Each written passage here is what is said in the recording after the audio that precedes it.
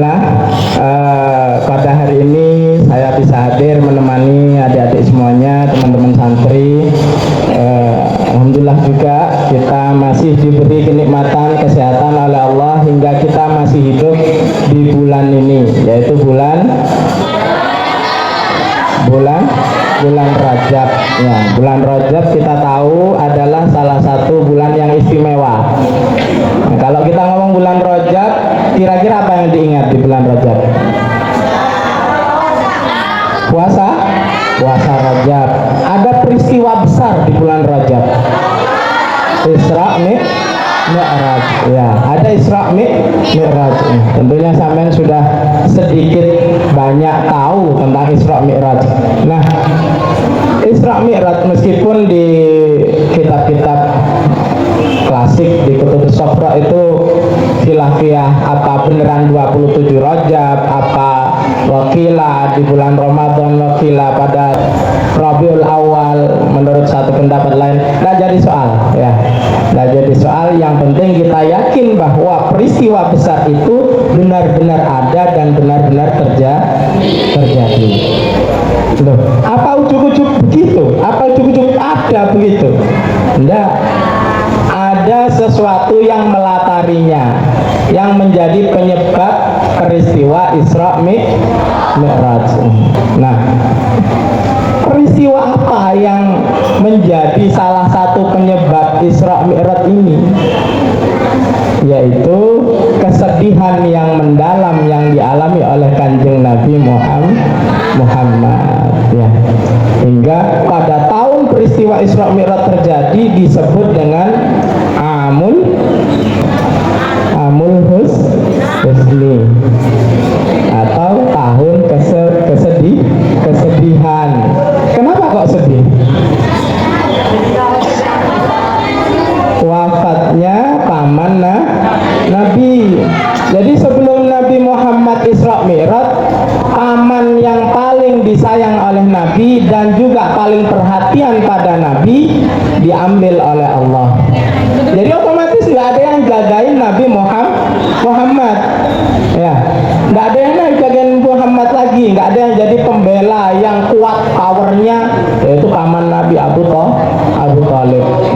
Paman Nabi meninggal, betapa sedih, saking sedihnya, lebih sedih lagi menurut satu pendapat pamannya Nabi dipanggil oleh Allah dalam kondisi belum berucap kalimat syahadat.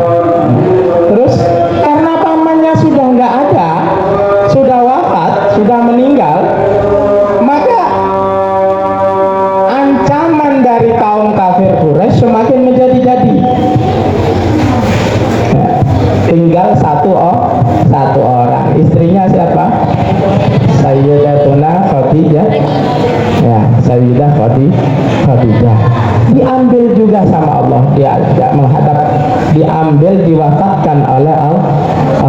Sedih, iya banget, bahkan umpama apa ya, betapa sakitnya. Jadi sampai Kanjeng Nabi itu saking sedihnya nggak punya pembela.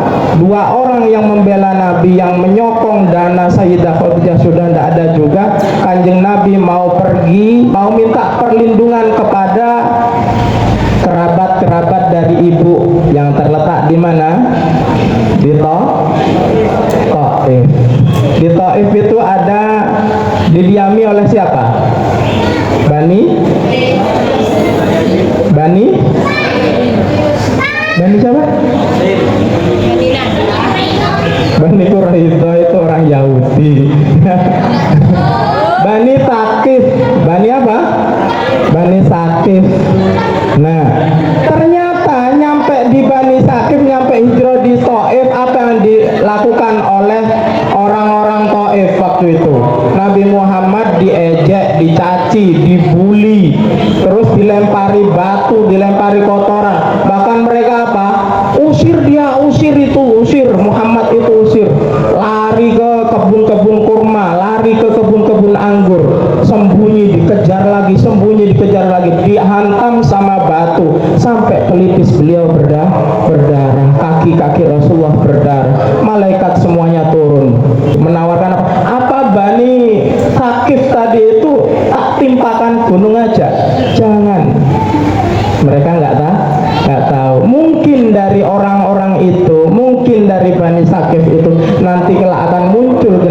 generasi yang imannya kuat. Demikian optimis Rasulullah. Rasulullah karena sudah capek lari-lari, nelongso, ngerti nelongso? Ya, sedih banget. Kalau bahasa anak sekarangnya, nyeseknya kebangetan.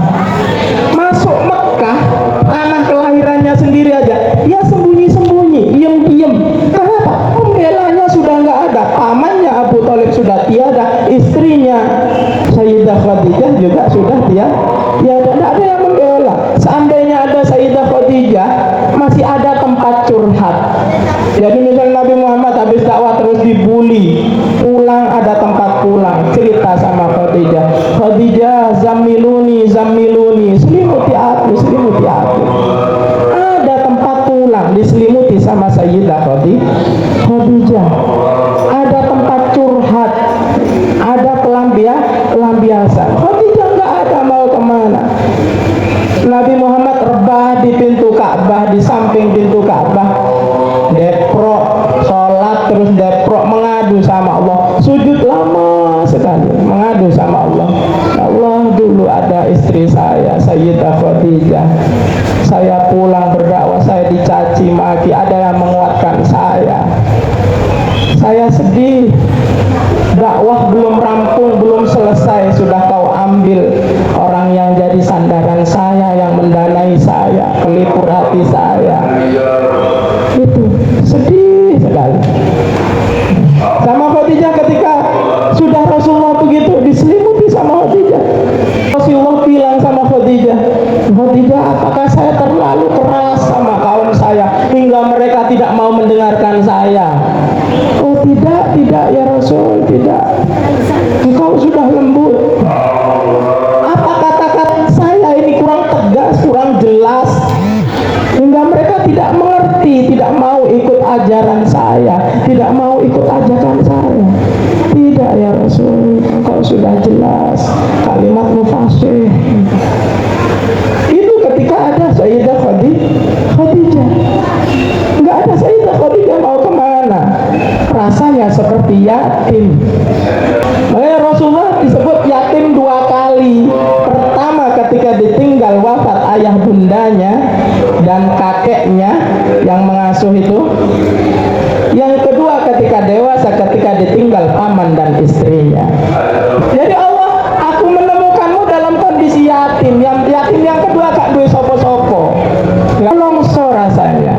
Nah ketika Rasulullah sujud lama, capek juga berdarah-darah itu, habis dikejar-kejar dan dihantam oleh Bani Thaqif di Taif sana itu, Rasulullah tertidur. Nah ketika Rasulullah tertidur itu kemudian datang malaikat Jibril, turun malaikat Jibril, ya Rasulullah, saking capeknya, saking penatnya Rasulullah masih pulas. Ya Rasulullah, halus Jibril manggilnya penuh kasih sayang, nggak kayak bangunin kamu disiram ya. Tetap tidak bangun. Dipanggil yang ketiga, ya Rasulullah, kemudian kanjeng Nabi bangun. Ya Jibril, Allah memerintahkanku, kata Jibril, untuk mengajakmu menghadap Allah. Nah, itulah salah satu sebab diisrakan. Isra apa Isra? Perjalanan Nabi dari Masjidil Haram ke Masjidil Aqsa. Ya. Nah sebelum Isra itu, sebelum berangkat, dioperasi dulu kanjeng Nabi.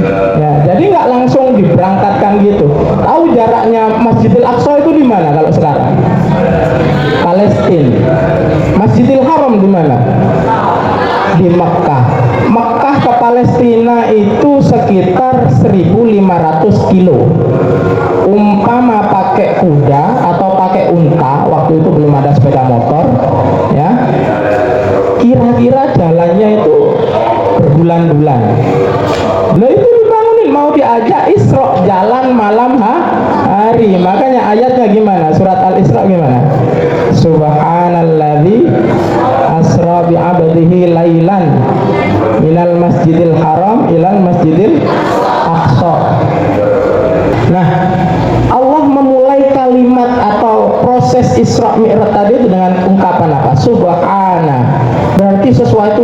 pasti istimewa, pasti ajaib, pasti luar biasa.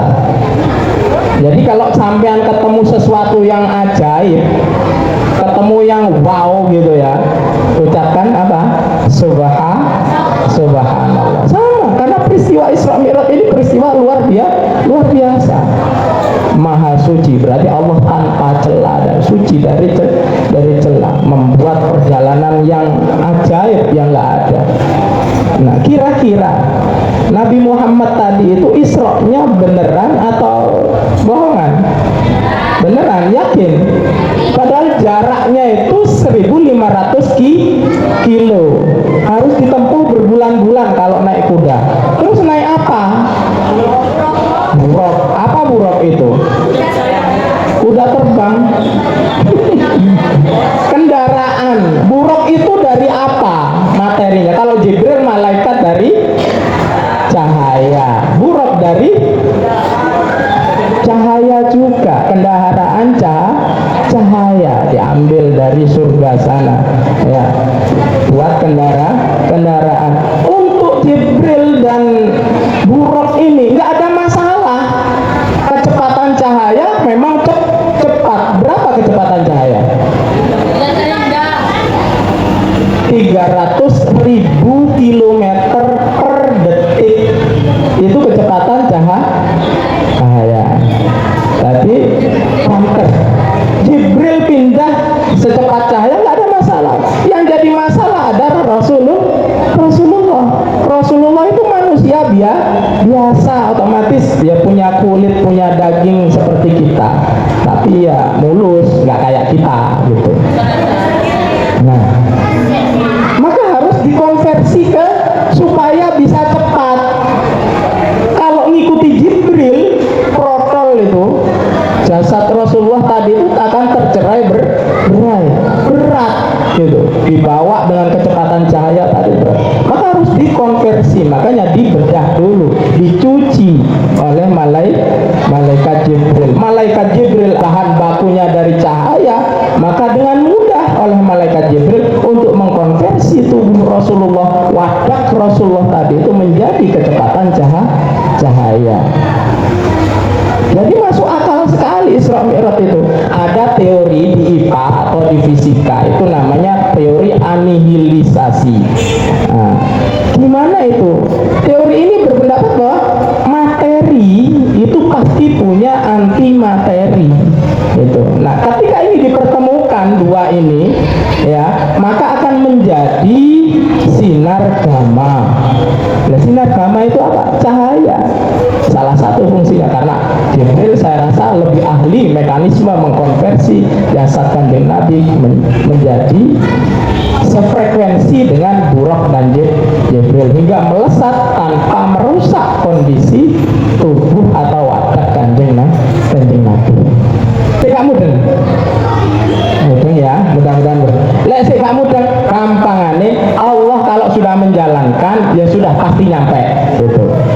Tahu semut kecil itu kalau misalkan jalan dari sini ke sana butuh berapa lama ya, karena kakinya kan kecil-kecil, iya kan? Tapi kalau misalkan semutnya sampean kantongi terus sampean jalan kan lebih cepat tuh, iya kan? Berarti semutnya jalan sendiri apa enggak? Enggak, dijalankan itu. Semut diajak oleh Hilmi kemana? Ke Jakarta. Semut dikantongi nanggone kantongnya Hilmi naik pesawat ke Jakarta Surabaya 1 jam. Terus habis sampai Jakarta balik lagi ke Surabaya 1 jam. Terus si semut tadi ditaruh lagi sama si Hilmi. Terus dia cerita ke saudara-saudaranya, saya barusan dari Jakarta. Wah, ada yang percaya, ada yang enggak. Padahal masuk akal. Ya, karena cukup maka disambung sama ustadz-ustadz yang lain nanti di kelas masing-masing ya. Cukup dari saya. Nah, billahi taufiq wal hidayah. Assalamualaikum warahmatullahi wabarakatuh.